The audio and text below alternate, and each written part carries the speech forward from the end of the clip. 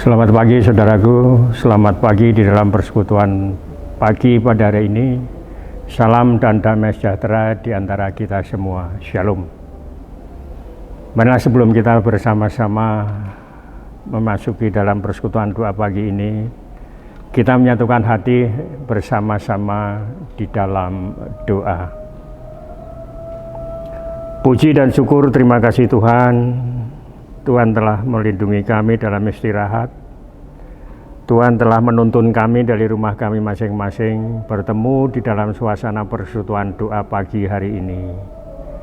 Kami mohon kehadiran Tuhan untuk membimbing di dalam kami merasakan firman Tuhan sebagai landasan kehidupan kami.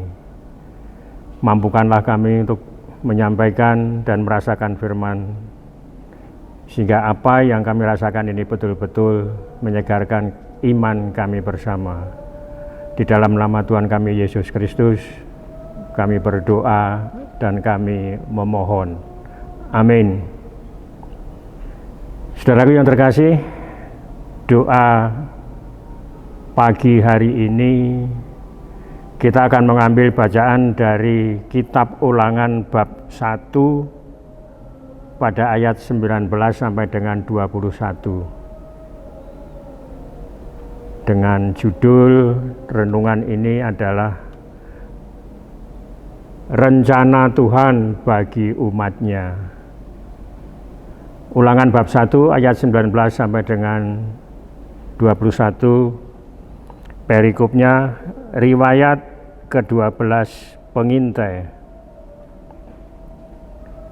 Kemudian kita berangkat dari Horeb dan berjalan melalui segenap padang gurun yang besar dan dahsyat yang telah kamu lihat itu ke arah pegunungan orang Amori, seperti yang diperintahkan kepada kita oleh Tuhan Allah kita. Lalu kita sampai ke Kades Barnea. Ketika itu aku berkata kepadamu, kamu sudah sampai ke pegunungan orang Amori yang diberikan kepada kita oleh Tuhan Allah kita. Ketahuilah Tuhan Allahmu telah menyerahkan negeri itu kepadamu. Majulah, duduklah seperti yang difirmankan kepadamu oleh Tuhan Allah nenek moyangmu, janganlah takut dan janganlah patah hati. Demikian firman Tuhan. Berbahagialah yang mendengarkan dan menyimpan di dalam hatinya dan melakukan di dalam tindakannya hari lepas hari. Jadi judul pada renungan pagi hari ini adalah Rencana Tuhan bagi umatnya. Saudaraku yang terkasih, di dalam psikologi orang sering sedang bergalau, yang cenderung mementingkan diri sendiri, merasa kesakitan, merasa kurang atau tidak diperhatikan, pikirannya kacau. Pada hakikatnya galau itu menyangkut urusan percintaan. Bisa kita bayangkan betapa galau hati Tuhan ketika kita tidak bisa mengerti dan merasakan kerinduan atas keinginannya pada saat ini. Kita malah sibuk dengan agenda pribadi, bisnis, pekerjaan, atau pelayanan. Tuhan Yesus diibaratkan sebagai kekasih. Seorang kekasih butuh perhatian, pengertian, dan cinta dari kekasihnya. Hanyalah omong kosong, saudaraku. Kalau kita berkata, "Ku mau cinta Yesus," tapi kita tidak mau melakukan apa yang diingini di dalam hatinya.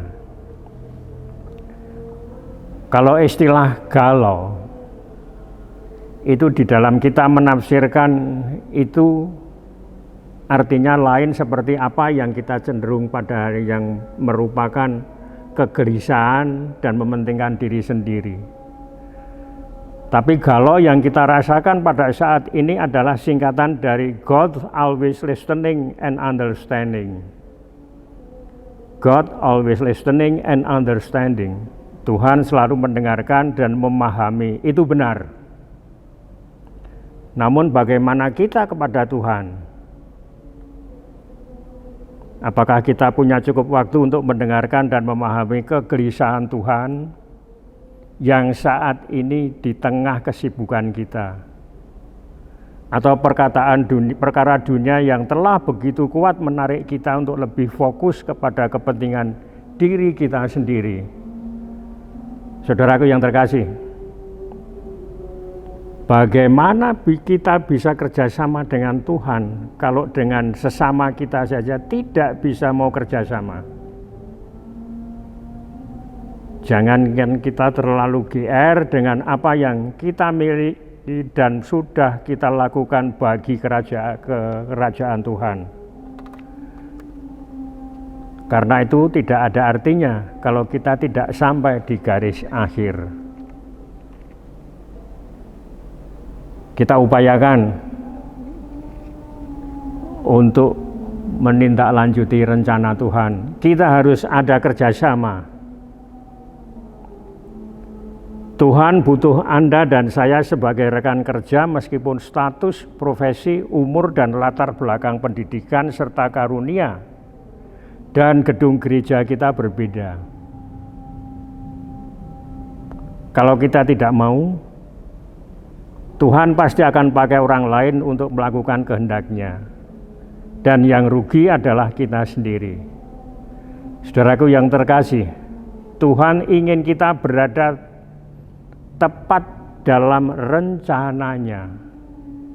Begitu kita tergeser sedikit saja dari rencana Tuhan, maka kita tidak akan merasakan dan mengalami dari kemuliaan menuju kemuliaan. Mungkin banyak di antara kita yang belum mengerti bahwa saat-saat ini sangat menentukan.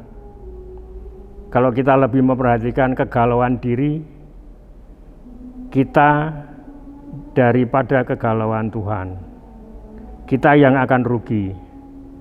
Tuhan akan lebih memilih orang yang bisa merasakan kegalauan dirinya dan mau mengikut apapun yang Tuhan perintahkan, meski terdengar tidak lazim. Jadi kalau kita tidak mengetahui dan tidak masuk pada rencana Tuhan, bergeser sedikit pun dari rencana Tuhan, kita tidak akan mencapai garis akhir seperti yang direncanakan Tuhan. Keluarga, media, hiburan, bisnis, pendidikan, pemerintahan, seni, dan bidang apapun di hadapan kita dapat dijadikan Tuhan sarana untuk bisa mewujudkan semua kerinduannya. Pilihan ada di tangan kita semua. Mau tetap seperti sekarang atau masuk ke tingkat berikutnya. Persiapkanlah diri kita untuk bisa menerima tugas dan tanggung jawab yang lebih besar lagi saat ini. Seperti yang tertulis di dalam Ulangan bab 1 ayat 21, ketahuilah bahwa Allahmu telah menyerahkan negeri ini kepadamu. Majulah, duduklah seperti yang difirmankan kepadamu oleh Tuhan, Allah nenek moyangmu. Janganlah takut dan janganlah patah hati. Itu tugas yang kita persiapkan untuk menerima estafet dari rencana Tuhan. Persiapkanlah diri kita untuk bisa menerima tugas dan tanggung jawab yang lebih besar lagi pada saat ini.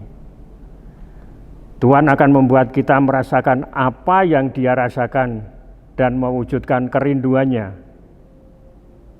Ketika kita dapat merasakan dan menangkap kegalauan di hati Tuhan, sebenarnya itulah awal kita dipercaya Tuhan untuk tugas-tugas dan tanggung jawab yang lebih besar lagi.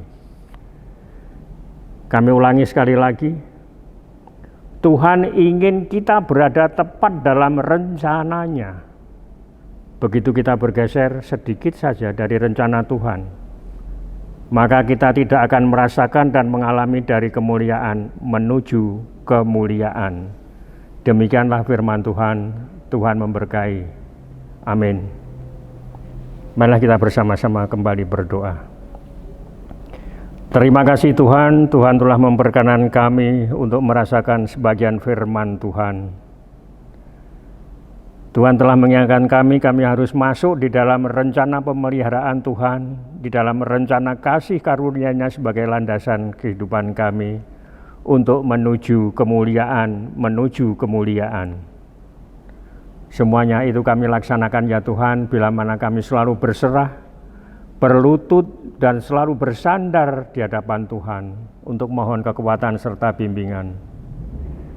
Maka dari itu ya Tuhan, kami mohon jangan lepaskanlah kehidupan kami, sehingga kami bisa berseturut dengan kehendak dan memasuki rencana Tuhan di dalam kehidupan kami. Bila mana kami berdoa pada saat ini ya Tuhan, kami berdoa untuk bangsa dan negara kami yang saat ini sedang menghadapi pergumulan berbagai macam keadaan. Baik itu mengatasi situasi pandemi, menyikapi dengan adanya situasi alam, banjir, angin tufan, gempa bumi, dan berbagai permasalahan alam yang terjadi ini. Begitu pula adanya sebagian saudara-saudara kami yang menginginkan lepas dari negeri kesatuan Republik Indonesia ini. Kami mohon Tuhan memberkati, Tuhan membimbing dan memberikan kebijaksanaan serta kekuatan para pimpinan bangsa dan negara kami, baik dari pusat sampai dengan daerah. Berilah kemampuan, kejujuran dan kekuatan, dan mengucap syukur dan selalu mohon pertolongan Tuhan. Sebab semuanya itu diperlukan campur tangan Tuhan untuk menyelesaikan pergumulan yang terjadi di bangsa dan negara kami ini. Kami bersyukur pemerintah telah berusaha memberikan kekebalan akan sakit penyakit yang sedang melanda kehidupan kami, baik di dunia dan khususnya di negeri kami, terkena pandemi corona ini. Melalui kebijaksanaan pemerintahan kami, Tuhan telah memberkati kami sehingga kami semuanya, sebagian besar dari saudara-saudara kami telah menerima vaksin. Itulah berkat karunia Tuhan di dalam menyempurnakan dan menyehutkan saudara-saudara kami. Kami bersyukur ya Tuhan atas kebijaksanaan pemerintahan kami memberikan perlindungan kesehatan pada warganya. Kami juga berdoa untuk gereja-gereja Tuhan di seluruh muka bumi ini ya. Berilah kemampuan untuk bisa berbaur dengan saudara-saudaranya. Berilah suatu menyampaikan kabar kedamaian dan kabar kesejukan dan kabar baik untuk semua umat. Dan percaya akan pertolongan dan berkat Tuhan. Petugas-petugas gerejanya ya Tuhan, anak-anak Tuhan, gembala-gembala jemaat, berkatilah semua dan mampukan di dalam pelayanannya untuk menyuarakan suara kenabiannya. Dan ampunkanlah segala dosa dan kesalahannya. Kami juga berdoa untuk saudara-saudara kami yang lanjut usia ya Tuhan. Berilah kekuatan, berilah penghiburan, berilah kesehatan, dan rasa percaya diri dalam memasuki usia senjanya.